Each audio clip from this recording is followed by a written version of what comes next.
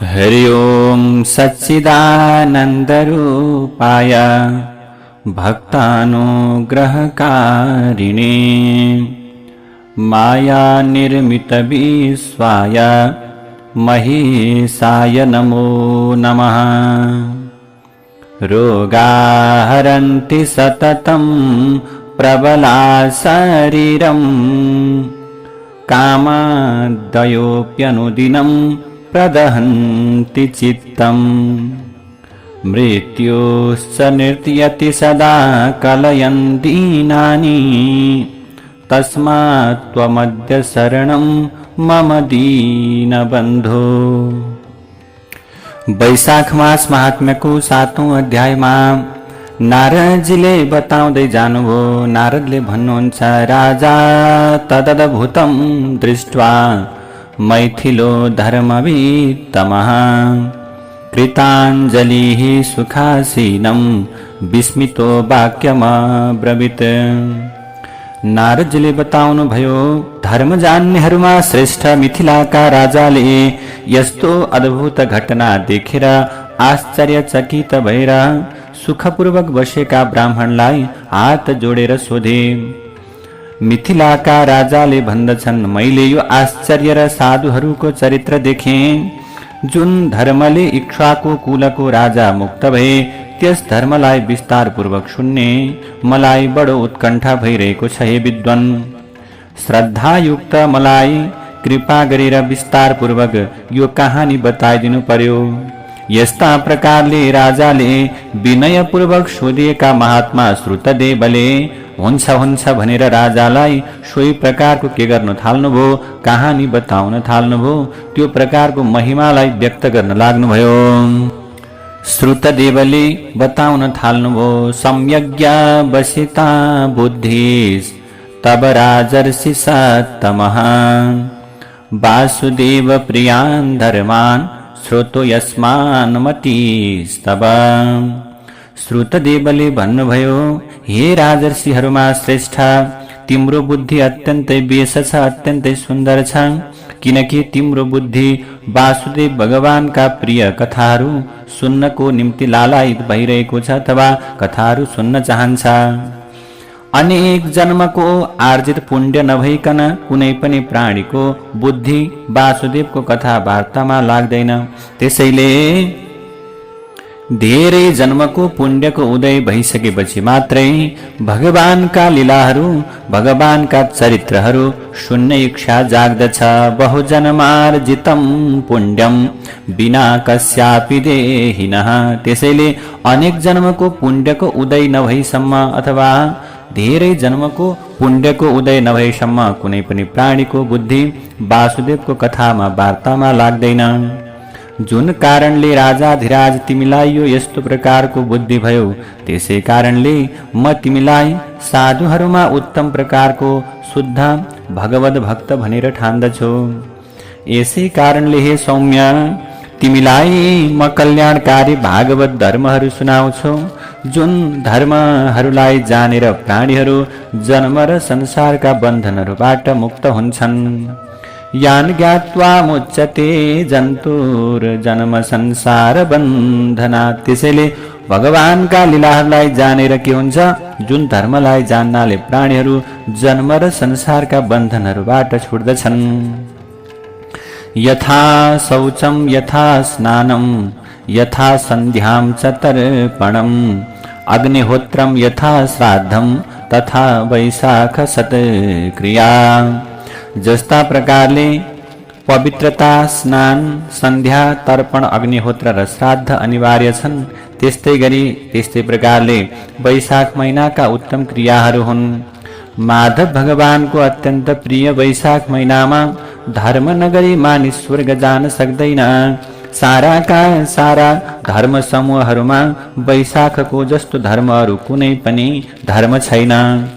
धेरै नै धर्महरू प्रजालाई आनन्द दिने जस्ता मात्र छन्, ती उपद्रवले नाश पनि हुन्छन्। यसमा कुनै विचार्ने कुरा नै छैन।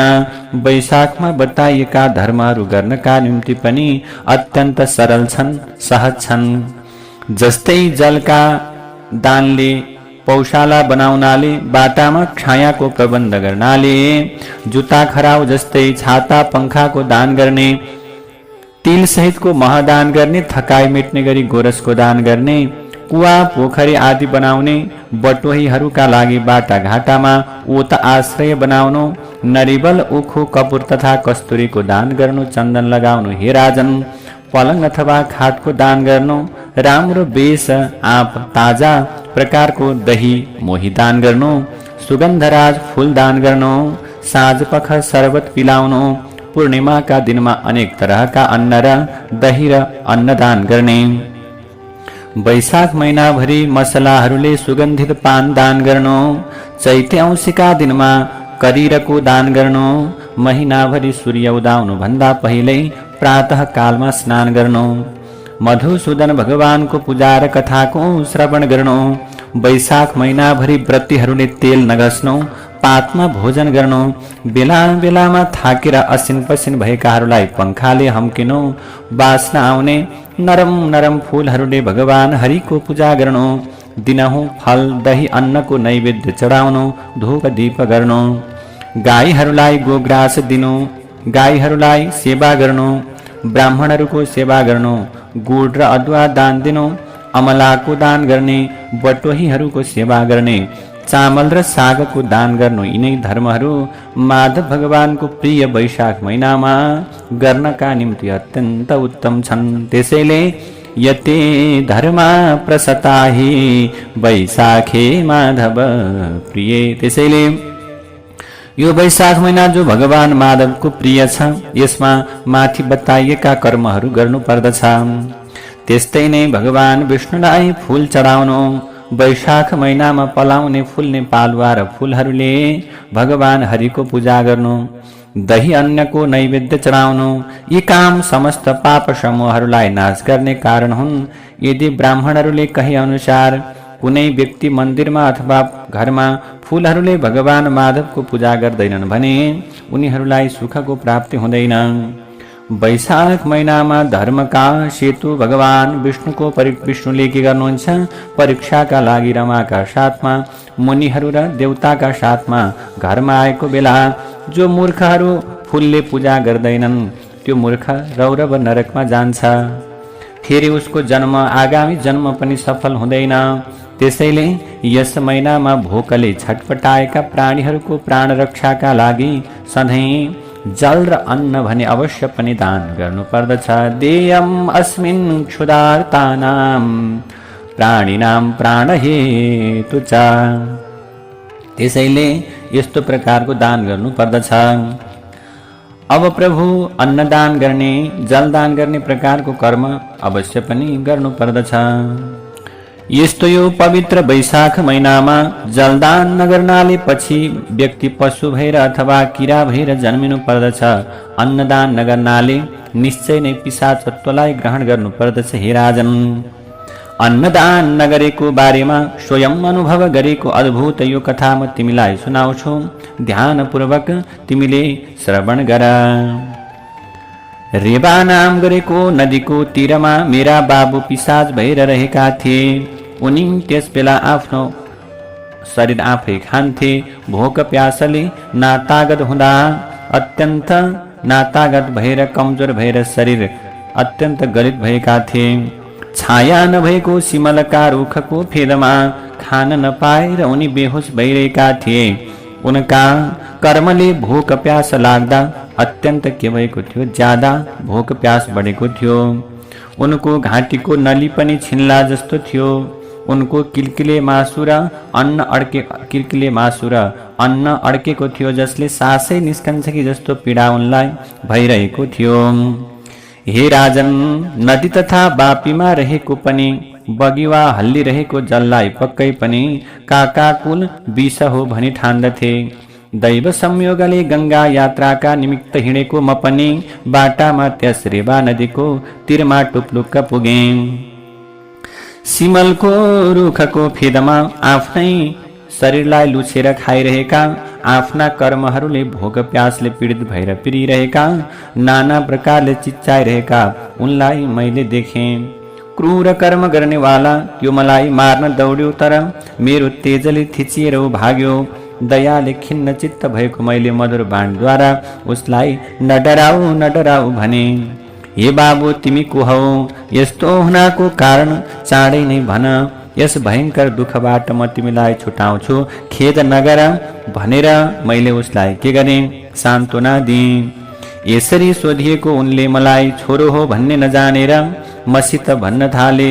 उहिले आनर्त देशमा भूभराख्य नाउँ भएको गाउँमा मैत्र भन्ने नामले संस्कृति गोत्रमा म जन्मेको थिएँ। विद्यामा तपमा श्रद्धा राख्दथे। मैले सबै प्रकारका विद्याहरू पढेँ र पढाएँ पनि। मैले साराका सारा तीर्थहरू पनि स्नान गरेँ, सारा तीर्थहरूमा नुहाएँ पनि। तर हे बाबु, वैशाख नामको महिनामा लोभले गर्दा अथवा भनौँ लोभको वशमा परेर मैले भिक्षा माग्न आएका व्यक्तिहरूलाई अन्नदान गरिन। अहिले म सोच्दैछु यसै कारणले मैले पिशाच योनिमा यसरी जीवन बिताइरहनु परिरहेको छ। मेरो छोरालाई मेरो हालत सबै बताइदिएर कि तिम्रो बाबु वैशाखमा अन्नदान नगरेका हुनाले के हुनेछ भने त्यो प्रकारले पिशाच भएर जन्मेका छन् भनेर के गर्नु सुनाइदिनु। श्रुतदेव नाम गरेको मेरो छोरो छ, अर्को कुनै पनि कारण छैन। मैले साँचो साँचो भनिरहेको छु। यस बेला मेरो घरमा अत्यन्त प्रसिद्ध श्रुतदेव नाम गरेको छोरो छ। मेरो छोरालाई मेरो हालत सबै बताइदिए कि तिम्रो बाबु वैशाखमा अन्नदान नगरेका हुनाले पिशाच भएका छन्। र प्रभु यो पनि सुनाइदिए, तिम्रा पिता नर्मदाको तीरमा देखिएका थिए। उनी स्वर्ग नगएर उहाँ रुखको फेदमा बडो दुखी भएर आफ्नै शरीर लुछेर खाइरहेका छन्। त्यसै कारण बाबुको मुक्तिका लागि वैशाख नामको महिनामा बिहानै नुहाएर भगवान विष्णुको पूजा गरेर तिलले मलाई तर्पण गरेर श्रेष्ठ प्रकारका ब्राह्मणहरूलाई अन्नदान दिएर अथवा दुखी गरिबहरूलाई भोजन गराएर मलाई यो पिशाच योनिबाट मुक्त गराइदिनु पर्यो भनेर मेरा छोरालाई भनिदिनु पर्यो। जसले मैले विष्णुको परमपदलाई प्राप्त गर्न सक्दछु। तिम्रो सामुन्नेमा मैले यसरी भनेको छु। उसलाई मैले भनेको कुरा समस्त नछुटाइकन सबैतिरबाट कल्याणको प्राप्तिका लागि यो प्रकारको कुरा भन्दैनौ। तिम्रो पनि कल्याण हुनेछ, मङ्गल हुनेछ, यसमा कुनै पनि प्रकारको शङ्का छैन।